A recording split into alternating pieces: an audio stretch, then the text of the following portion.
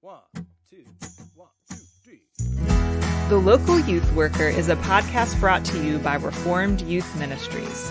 Since 1972, RYM has sought to reach and equip youth for Christ, and this podcast seeks to reach and equip those parents and youth workers who share that same desire. For more information on our student conferences, youth leader training, or resources, visit rym.org. Hey everyone, welcome back to The Local Youth Worker, a podcast brought to you by Reformed Youth Ministries. I'm your host, John Parrott. This is episode 369, and I will have Susan, Andrew, and John joining us a little bit later.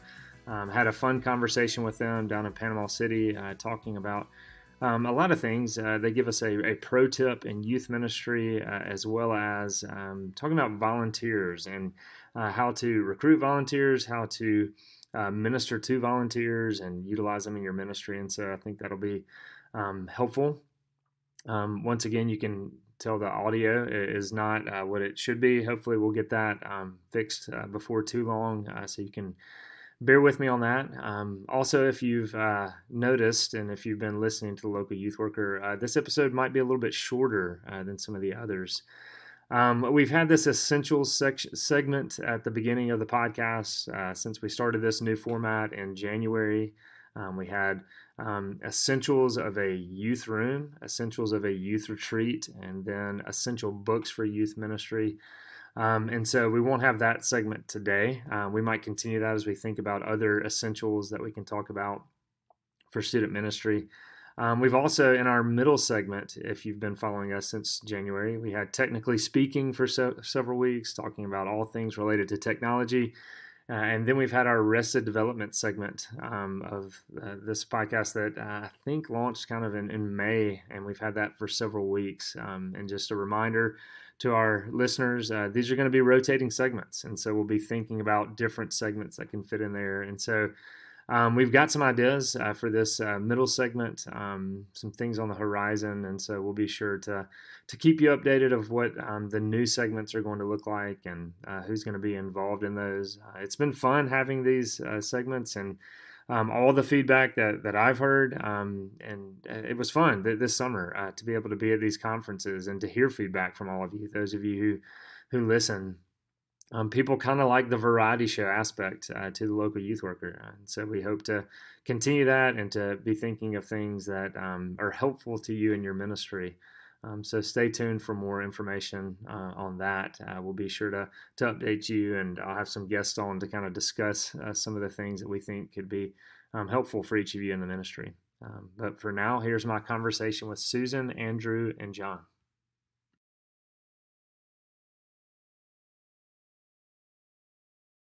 Hey everybody, welcome back. I'm here today with Susan, Andrew, and John, and we are all at Laguna Beach Christian Retreat in Panama City Beach, the last day of high school, Florida 2. Let's do some quick introductions. I know John and Susan were on the podcast a long time ago, and I can't remember. We talked about technology. I know that. It was a while back. But all three of you guys are at Kirk of the Hills, right? Correct? In St. Louis. Yeah. So John, let's, I guess, start with you, and then we'll just go around and introduce. Sure. Yeah, my name is John Spencer. I am the Director of Student Ministry at the Kirk, and I've been there for 6 years. Just loving that job and working alongside these two. I'm Andrew Shawnoff. I've been with the youth group at Kirk for 3 years. I've been at Kirk for 10 years, and I was a sort of transition from being a teacher in the school to also working with the youth group now. And I'm Susan Needler, and I have been at the Kirk since 2009. I think that's 12 years. It's been a while. And I mainly do high school ministry at this point. I mean, we do a lot of stuff together, but mainly focus on high school. It's awesome. Awesome. Thanks. Yeah, it's too early for math right now. It's yeah, and I'm still sipping on the coffee, and as we said, kind of some variation of this with the podcast. We're in a room somewhere in Laguna, and we're passing a microphone around, and we don't know. The air conditioner sometimes is loud in various rooms, so who knows how it's going to sound. But Appreciate you guys making time to come on the podcast today. Y'all have a group. How many do you guys have with y'all? There's 37 of us total. 31 are students. Yeah. All right. So yeah, a good bit of students, and every youth worker that listens to this, as well as parents, know that students bring drama with them, and so there's always drama that every youth worker is dealing with, and all kinds of stuff. So appreciate y'all making the time to come on. This summer we're doing frequently asked questions. Our listeners know. And we're also doing pro tips. So I thought we would start with some youth ministry pro tips.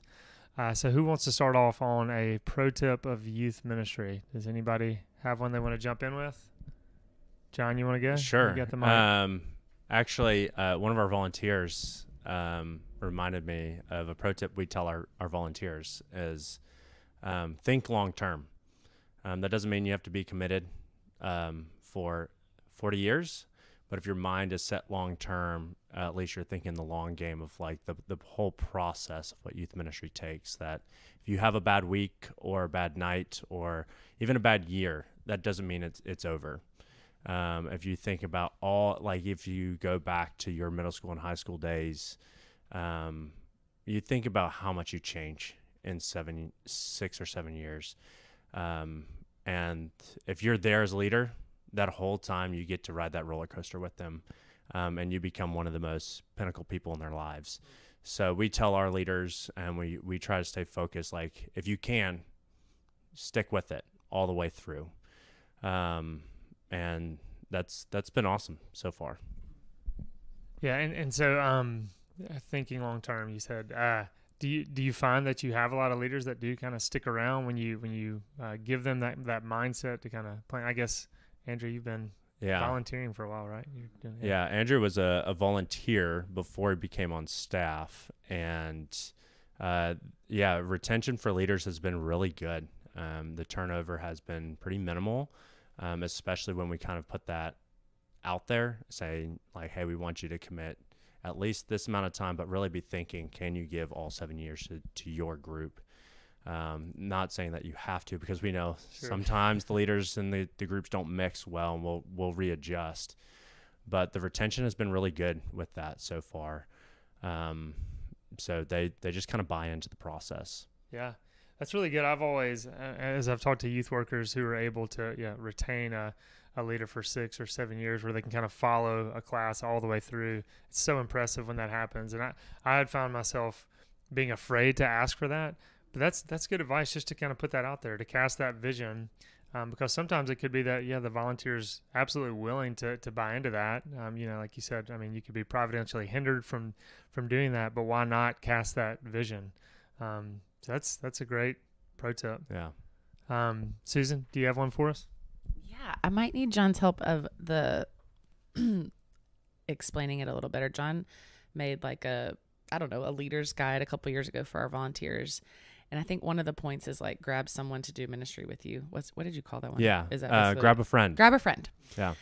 And as I was thinking about this last night, now I know everybody's context is so different, but God has been very kind, and I get to work with people who are actually some of my best friends. And so that is, I do not take that lightly, because I know that's not, some people have to do this alone. And for many years at the Kirk, I would be like the solo female person. But I've realized like one of the most fruitful things that John has really helped instill in us is like bring someone along. And I have realized for myself, I am a highly relational person. So I can connect easily. When John was explaining, we've had some drama this week. I realize those are moments I'm ready to like rub someone's back and cry with them. But like digging in, sometimes I just cannot think that fast on my feet of what to say. And when I was thinking about this podcast, I was thinking about a friend that I worked with a couple of years ago, and I always knew that she had my back in those moments. And it was one of those things, it was kind of like this sweet dance that where I knew I was really weak, I knew I could be like, tag, you're it, I'm with you, but you're off the bench now, And I think that's God's good design, because like you're never like at the end of your rope, because when you're trying to do it alone, you're trying to like run the circus all yourself is too much. And it's not, God doesn't want us to carry that alone, and we can't. So then we like fail or burn out, or, you know, the long game doesn't feel fun anymore because it's like, I can't do this. And so I think if your context is in a place where you're already working, that you like, I have, these guys are built in, like I don't have to find them, like they're on staff, like we already get to do that together. But as we think about filling different roles, sometimes we have to say like, hey, I don't have a co-leader. I got to think about who's in our congregation and say like, I think you jive with me and with ministry. Let's do this. And the thing that I've realized in small groups, when the leaders connect and have a bond, it's contagious in the group. And so a solid friendship and leadership trickles down, and those, especially with girls, that trickles into like, oh, I want that kind of relationship. Y'all are having fun, and there's not as much overthinking of like an event. Like we can come just chill in a room, and if I'm sitting here with them dying laughing, people want to be a part of that. And it's just like God's kindness of relationship spills into the group. So. Yeah, no, that's really good. I just love the point of that. I mean, several things I liked about that, but just our students are watching us and they're seeing that, and as you're modeling those kind of healthy relationships and everything, they're just, that's contagious, and that can just kind of permeate through a group. So that's helpful. Andrew, did you have a pro tip that you thought about? Yeah, the pro tip I was thinking about as I started, as I mentioned, I came from the teaching side of things, and I work at a Christian school, and so it's still with youth. It's still, you know, the faith side of things, but obviously in classroom with lesson plans and everything, it's much more structured. And so for the first little while at youth group, I guess the pro tip would be like, be flexible. You know, like you got to be ready. Obviously, with, like I said, with, you know, in a classroom teaching, you know, you've got your lesson plans and you're progressing through the units. And with youth group, I mean, you have to be flexible, or else you're not going to get anything. You can come in with like these plans of, all right, I'm going to lead my small group, and I've got all these awesome discussion points and this Devo plan. And then you got to be ready, like, okay, this is just going to be one of those relationship building nights where we're going to play tackle soccer all night or whatever it is, you know? Yeah, Jenga, exactly, yeah. Punt that Sunday school lesson. We've had a handful of those. But yeah, I mean, if I actually asked my boys, you know, with this prompt right before I came, I was like, all right, boys, what's the pro tip that youth ministry needs to know? And they were saying like, well, you just got to have fun. And so, you know, it's like, well, yeah. But, you know, like what we're going to talk about in a bit, you know, that relationship side of things, you've got to be willing to give up your night's sleep because of the drama that explodes. You have to have a flexible mindset in order to do this job. Yeah. Yeah, that's a really good point. And it's got so many applications to it, because I can think of, I mean, just kind of some of what you're saying too is maybe I had a lesson planned that I wanted to teach, and I've got the outline, here's the content I want to be sure to get my students. But then a teachable moment comes up. It could be a comment that a student makes in the middle of a lesson, and you're thinking, okay, look, we need to dig into this instead. Yeah. But if you're not flexible enough, you're just going to hold on to that outline and say, okay, I'm getting this content tonight, and kind of miss the teachable moment that maybe the Lord's providing. So be flexible. Absolutely. A ton of applications, from buses breaking down on the side of the road to whatever, which I heard. Have definitely had that. And I know some groups that came down here this week even had some bus issues they had to deal with. Actually, it was my home church that had to deal with that. So, or, you know, 1,000 people on campus and no water, that kind of thing, you know. Yeah, I'm so. Yeah.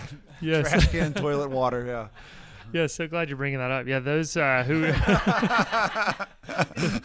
those who are not here, it's a story that's going to get out there. But a construction worker hit a pipeline with an excavator, and so Laguna Beach did not have water for a period of time. And so, we were wondering, okay, we're going to have breakfast, or we're going to have dinner, lunch, whatever.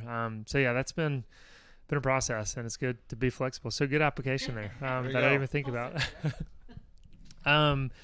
So some frequently asked questions. One we have on there is how to prioritize relational ministry. And I know you guys were saying kind of pre-recording, that's something that's kind of a strength in y'all's ministry. So I'd love to hear a little bit. I don't know, John, if you kind of want to lead us off on how to highlight relational or prioritize relational ministry. Yeah. So, I've been working with Susan since I've been at the Kirk. She's been a rock to the ministry. Who's been there for I'm your third boss at this point. Yeah. And so when I came on the staff and, connecting with the youth team at that time, we just became really good friends. And then, most of them moved on, and some were seminary interns. Obviously they needed to move on. And some have just taken different jobs, all this type of stuff. And like, that was really fun. Like we had a great time. And then bringing Andrew on the staff has been the same thing. It's just been a lot of fun of working together. And at some time during COVID, I don't like to sit and just kind of like wait around like for work to come around. Like, I need something to do. So we're trying to figure out how can we utilize this quarantine time, all this type of stuff. And we kind of use that time to talk to previous and current youth leaders about what really worked. Like, why are you good at what you do? And we just interviewed all these people. And, this is where we came up with our leader manual. Like, everything came down to like 7 points. Like, everybody said seven things. They had 7 things in common between all these people that have been great youth leaders over the time. But what it came down to the fact of like the highly relational aspect and influence that we had on one another and with the teens that we were ministering to. And so we had this big, philosophy of ministry we were functioning on. And then it just kind of funneled into how can we funnel kids and leaders into discipleship relationships. That's like every decision we make, we're like, is it going to feed into that? Is it going to feed into the growth of relationship? Because we know that is where somebody is going to get an intentional and deep knowledge and faith of falling in love with Jesus, is that they are going to have somebody walking alongside them in every aspect of their life. And we treat that not only from leader to student, but leader to leader. And so we require each D group to have a co-leader. We don't want people walking alone. No matter whether the D group is 2 kids or 20 kids, they have to have a co-leader. Like, that's a non-negotiable. And then like the other piece to that is like, we need, like for us as staff, we need to have face-to-face time with our volunteers. And whenever we started like applying that, the ministry changed. Like, we started treating our leaders as if we treat our own D groups of like, we just need time with you to check in and to see how you're doing. What questions do you have? Are you feeling burned out? How can we help you? The same questions we're asking these students, we're asking our leaders. So everything it goes back to like, how can we feed into the discipleship piece? How can we be living in the same way Jesus was living with his disciples? That's really good. I've got a follow-up, but I love, Susan, if you want to jump in and talk a little bit about just kind of how y'all prioritize that. Sorry. A little cord malfunction. I just feel like when John was saying that, and I kind of alluded to this earlier, the trickle down, like John is really good and has set the stage really well. I would say John spoils our leaders, which is great because it keeps the retention. It keeps people encouraged.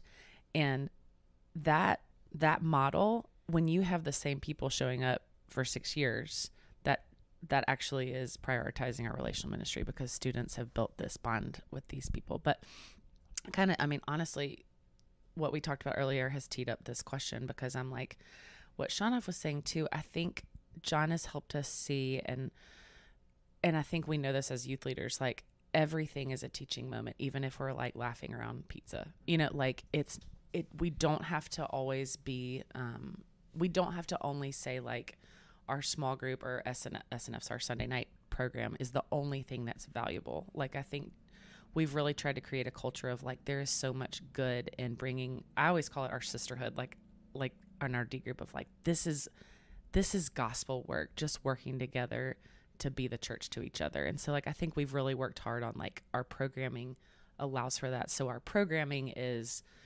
really good structure on Sunday, and then having a Wednesday night thing because our students are really busy. And years ago we switched it because they're too busy for something like really planned out, and so we made it kind of an optional thing.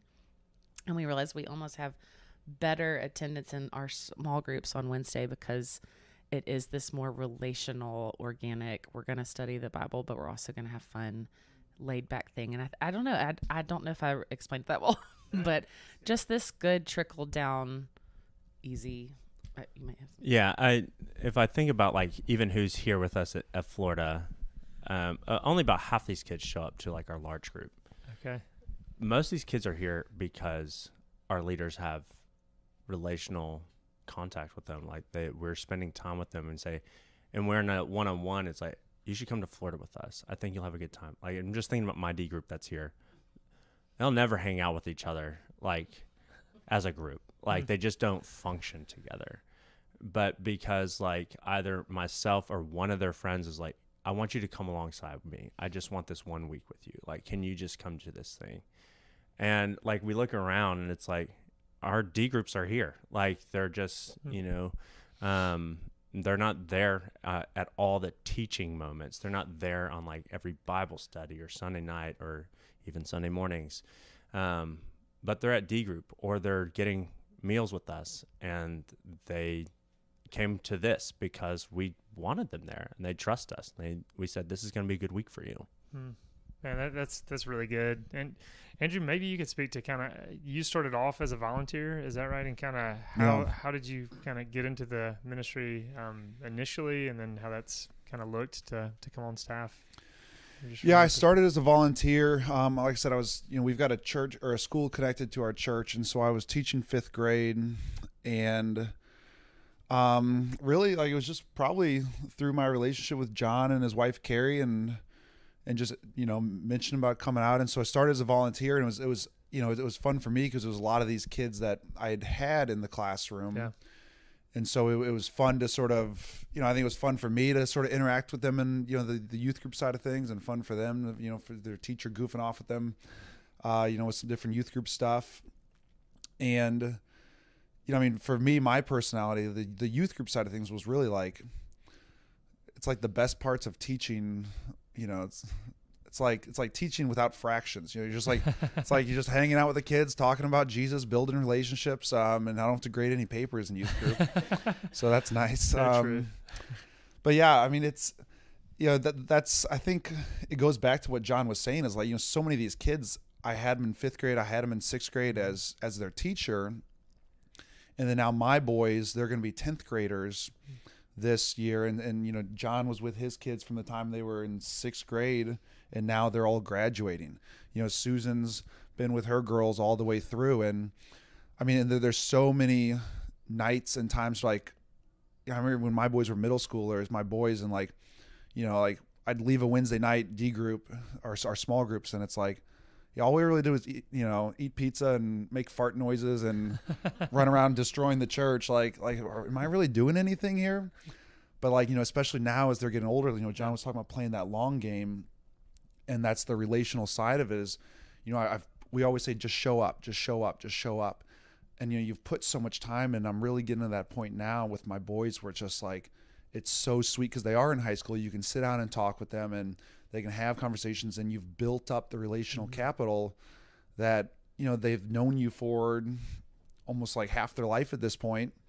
And, you can have so much more fruitful discipleship relationships as a result of that. Yeah, absolutely. No, that's something. I was talking to a youth worker last week, and he was kind of just lamenting. He's like, sometimes I just feel like I'm doing nothing with my junior. That it's like, is anything happening? Because it seems like you're just running around with them, and right. like, is any fruit coming from this? And I can even, as a father, thinking of like just seemingly insignificant moments with your children, but how as they get older, it's like, okay, wow, I'm starting to see fruit from the time that I've put in with them. And so, yeah, it's awesome to see just that longevity and kind of walking with students through junior high, middle school. Then you start to see some of that fruit as they get older. So that's encouraging to hear that.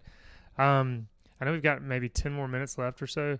John, I'd love for you to maybe talk just a little bit more, kind of dig into that, how you, I think Susan was saying, spoil the volunteers and the leaders. I know people talk about questions all the time. Yeah. Questions of trying to develop a volunteer team and recruit volunteers, all that kind of stuff. So just give us some wisdom on that. It's the best part of my job. Every year I ask for a bigger budget for our leader, what I call leader development, which is more like, that's the official term. But it's more about how can I spoil my leaders and make sure that they're having a good time. Not in the sense of like making sure they're having fun, but understanding that this is something bigger than just putting up with a teenager. Sure. It's creating a community. And when we ask a leader to come on to our team, and we treat it like a team, like I'm also like a coach, and so it's like that's my mentality, and so I'm like, how can I build up a team? And when we ask them, that takes away their opportunity to be a part of a community group within our larger church, and so we're like, let's just make this our community group. Yeah. Like this is our community, this is our team. We are building together. So we kick everything off with a leader retreat at the beginning of the year where we just say, here's a bunch of gear. Here's a bunch of food and drinks and ways to connect. We're going to do some training. And we're just going to have good face-to-face time and just see one another for a long, like a whole day or 2 days or whatever the retreat ends up being that time. And we just kind of set them up. We're like, this is the peak. And I'm like, and here's what we're about to enter in on. And then every month we try to do a smaller scale of that, where we feed them, and we don't really have much of an agenda. We do a small Devo, and then we just say, how are you doing? What questions? Like, what is frustrating you? And just open the floor for people to just share. Like, my group's really hard right now, and here's what's happening. How would you respond? And then letting the group just like talk about it. That's good. And then Christmas, we spoil them again, more gifts, more, party and have a good time. And then we give them some time off. We think rest is really important. Amen. And then we do the same thing second semester. And then at the end of the year, we do a volunteer celebration where that's just like everything we got left in the budget. Here you go. Like this year, it was, we literally handed out like cash. Rolex watches. It was super fun. We did, the boys went to the country club and the girls got their nails done. Granted, that some of that stuff's out of budget, but some people offer like, we do ask parents sometimes like, hey, do you want to spoil our leaders, that type of stuff. And some of them will chip in. Some are like, I'll write them a note, whatever. And then we just have a nice dinner together and we just say, we're so thankful. And it's like, we get paid to do this. Like, this is like, we have to do it, but you guys do this out of your free time. And it's just incredible. And then we encourage, like, take the summer. Like, come on our trips, come to any event we have, but don't feel obligated. Take your time off. Like, it's really important because we want you coming in the fall ready to go again. Yeah. And that ebb and flow of rest and work and spoiling, it just meshes really well. And we just spend time together in general. Like the 4th of July, we threw a party. My family threw a party, and one of our pastors was like, can we reimburse you for this? Because this was like a church event. And I was like, no, it wasn't. These are just our friends. It just so happens they all work in the church. And so we just enjoy spending time together. A lot of us are in kind of the same stage of life. And so we just kind of, it's easy for us to do stuff. And it's just a lot of fun. Man, yeah, I think I'm going to start volunteering with you guys. That sounds awesome. It does. Look, we've got just a few minutes left, and I didn't know. I know another question on there is kind of developing leaders, and of course that connects to all this discussion of this relational ministry. And as you're watching these students as they're younger and growing up, maybe just some bullet point thoughts you all have on developing leaders in your group, how y'all try to do that. If y'all have any, I don't want to put anybody on the spot if they don't, but John, you got some? I mean, while they're thinking about it, I can just think about just this week alone. I would never have pinned my guys like they're seniors. I would have never pinned them down as like leaders. But now I think about it, and just in the sense like a lot of people don't like look to them, but a couple of my guys, they're just leaders in the church. They are quick to volunteer and quick to be at everything, and that's a presence that goes unseen, but is really crucial, that they're volunteering and being a part of something that's not just the youth group and getting invested in the larger church. And that's really important. We need those kids that aren't going to church to see like, wait, there's other teenagers, not just going to church, but helping the church function. And I want to tap into that. And we actually interviewed them in our spring semester series, and brought them up and had them be kind of the teaching moment. Which was awesome. And they were just like, yeah, I'll do that. And then I think about one of our small group times this week. We pulled the boys aside, and I forget what question we asked. But then 3 of our boys, older boys, just spoke up immediately. And it was a hard question. They just like jumped right in. And then that just trickled down the group. Like everybody was eager to respond at that point. And when I say it wasn't an easy question, it was not an easy question. It was like exposing sins. Like it was one of those moments. And I think we have a desire to tap into that. We don't have a system for that. And it happens naturally. And I think our next step is like, and we've been talking about it, but is like, how do we actually tap into that to where that's happening like as a part of the program, and we expect it, and it's going to happen. Yeah. We're wanting to explore it, and we see it, but we don't know what the secret sauce is. Yeah. Yeah. No, that's good. And like you said, some of this it happens organically. It's like you don't necessarily have a program or, hey, let's go by, these kind of 5 steps or 5 programs or whatever to implement. That it just kind of happens naturally. And I think it's good too, just as you said, leadership looks differently. I'm thinking back on my own students. There were some that were just kind of quiet leaders, and their presence there just made a difference. And they might have not even thought about what they're doing as leadership, but it was. So look, I know that's all the time that we have, but John, Andrew, Susan, yeah, sorry. I'm still waking up and trying to make sure I got it right. Appreciate you guys taking the time to come. Thank y'all for y'all's presence at RYM this summer. So I hope you guys have a good day. Oh, come and buy without money. Oh, come and feast without pay. For the King has opened his banquet hall to the beggar, the outcast, and the slave.